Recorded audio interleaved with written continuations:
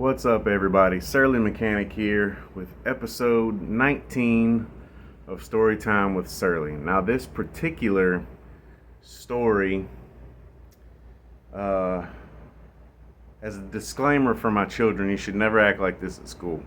Just throwing that out there. So let me set the scene a little bit. My 9th or 10th grade year of high school in South Carolina before I moved back to Virginia. I'd been there from 6th grade. 6th grade up to 10th grade. I went to Goose Creek High School in Goose Creek, South Carolina. And being on a Navy base, most of us kind of grew up together. And if my memory serves me right, my buddy Zach, who doesn't go by Zach anymore, I'm not sure if he wanted a tougher name at the time. I went through a thing like that too, where I made my dad call me Calvin for whatever reason. But Zach, his stepdad, I believe it was his stepdad. Yes, it was his stepdad, was an officer in the Navy, and I think that's where my dad bought the Camaro that I had as a young teenager. Well, I never really fit into any one mainstream genre of folks. Like, I was a kid that was wearing basketball shoes, basketball shorts one day, Jinkos and Airwalks the next day. I'm very versatile, I guess you could say. I'm versatile. I'm still versatile. Well, and he was more skateboard, but we had a lot in common. We played baseball together, bikes, skateboards. I mean, he was more skateboard than I was. I mean, I was more rollerblade, street hockey, baseball, bicycles, stuff like that. Skateboards, I was always a little bit too heavy set to be on a skateboard, to be honest with you. Well, set the tone a little bit here. In 9th, it had to have been 10th grade because I didn't have him for 9th grade.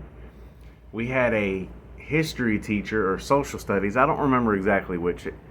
You know how definitions change from one school system to another. But this gentleman's name was Mr. Pridgeon. And Mr. Pridgeon only had one hand. Now, that's relevant to this particular story. And it's nothing to feel sorry for. The guy was super awesome. Never let his handicap, if you want to call it that, affect his abilities to handle a class or handle a situation with idiot preteen students. Well, one day before class started, me, Zach, and another guy were talking about cars for whatever reason. I don't remember.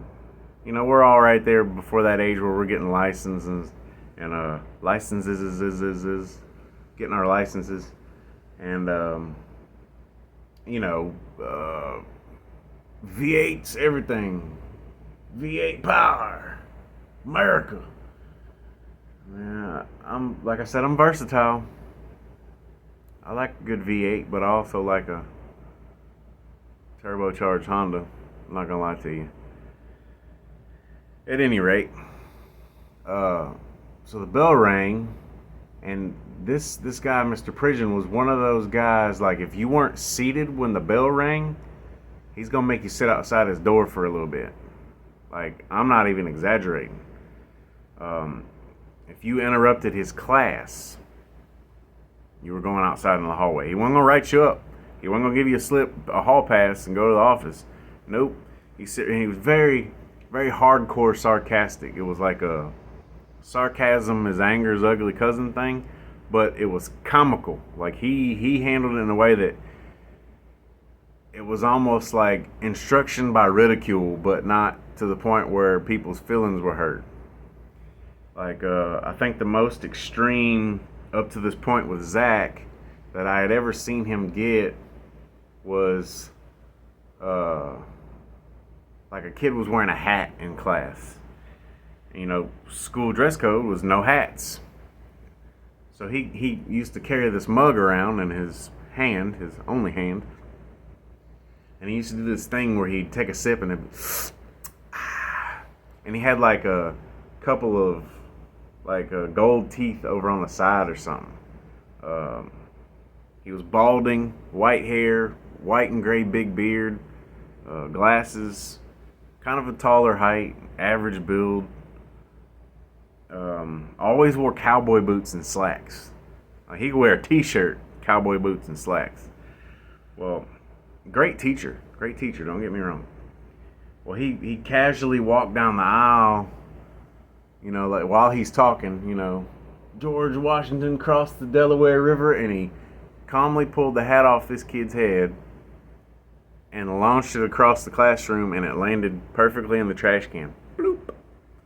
The kid's like, "Oh, it's my hat." And he goes, "You're not supposed to have it on in my classroom. You can get it after, on the way out the door." That was his style. Cool. Well, when the bell rang on this particular day, we were yapping about cars, and he finally was telling everybody to shh. This is what we're doing today. Everybody be quiet. We're not talking about this. We're not talking about that. We're not talking about cars and exhausts, and y'all be quiet. Cut it all out. And the classroom fell silent. Turned to page whatever. We're reading from this book today. Are there any questions? And Zach had this look on his face, and the class might have gone a little further before Mr. Pridgeon asked if there were any questions. Naturally, when a teacher asks if there are any questions, they are typically related to the subject at hand. And I set the next row over from Zach at the back of the room, which didn't negate my learning, actually. I actually did better in social studies and history than anything else.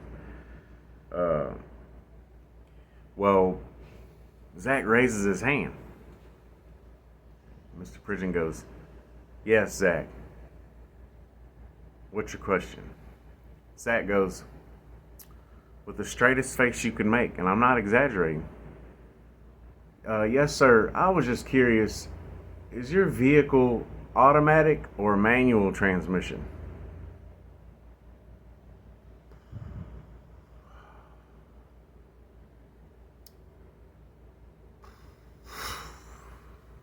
Like, when I say that caught him off guard, he didn't get angry. He was like, "Oh," and he started like smirking. "All right, smart guy." You know, he just had that. Well, he had this thing he would do if you were ever excessively out of line. Hold on, somebody's calling me. Let me hit the ignore button. Ignore. He would take whatever papers were stacked on his desk, and he'd open the door to the classroom, and he worked on the very end of a hallway that opened up to a breezeway, right? Not his classroom door, but you could walk out his classroom door, go left, and there was the breezeway that went out to the parking lot. He had a stack of papers, and he opened the classroom door and threw all those papers out there and told Zach, "Go out there and pick those papers up alphabetically." Oh man, is it automatic or manual?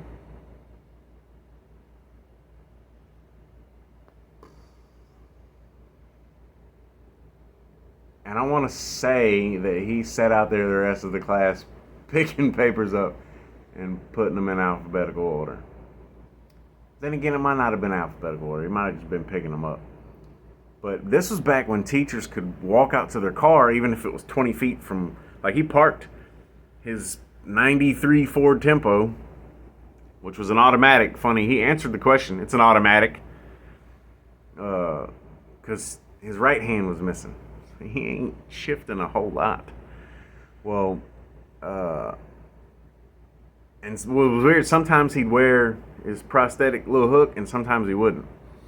Anyway, he would walk out of his classroom door out the end of the hallway into the breezeway. He could walk 20 feet to his car and he'd go smoke a cigarette between classes. He'd come back in the class smelling like cigarettes. I mean, we're talking, this was like 99, 2000, something like that. 99. Yeah. It's just a funny story. Again, as a disclaimer to my children, you do not need to be acting like that at school. So I did reach out to my buddy. He goes by William now. I assume that's his birth name. I'm making assumptions here. I'm not gonna throw his last name in it. But Zach was funny, and it wasn't just in the classroom. There were some funny times on the field when we were playing baseball and stuff. We had some characters on the baseball field with us, that's for sure. But y'all make sure to get out there, live, make some stories, make some memories, learn from them, good or bad. To everyone who watches and follows along, as you can see, I'm kind of in my, well, I say this is the makeshift engine room slash, well, not really an office, but I'm working on my office right now.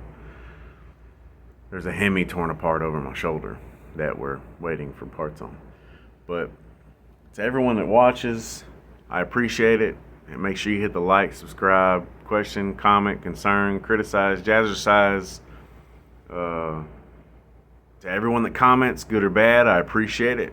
There's no such thing as bad publicity. That's almost like licenses.